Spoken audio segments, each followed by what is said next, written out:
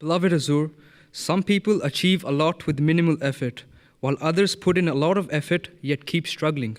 How can we know if this is due to destiny or lack of effort?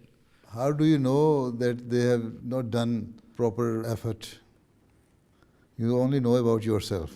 Sometimes people say, oh, I spent some 2 hours in learning this subject and I was able to memorize everything.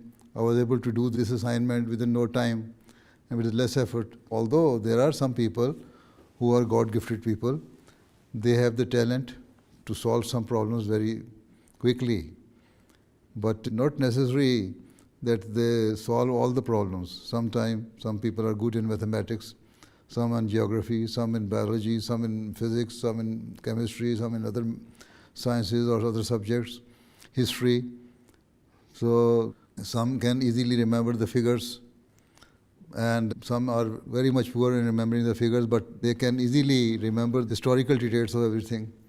So there are quite a number of people with different aptitude, with different talent and different qualities. Normally, people are average, right? And they take time to learn something or to complete their assignment or whatever they are going to accomplish, they accomplish it within short time.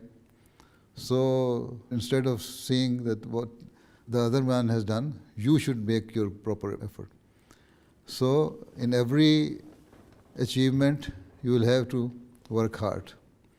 If you are working hard, you will achieve your goal. And Allah Ta'ala will also help you. And at the same time, being a Muslim, being a staunch and strong Muslim, being an Ahmadi, you should, alongside your hard work, also pray to Allah Ta'ala, that Allah Ta'ala help you to complete this assignment, this goal, and make it easy for you. So in this way, Allah Ta'ala also will help you, and you will achieve your target in less time or with less effort or in a better way. Right? औलाद को भी अपनी इताअत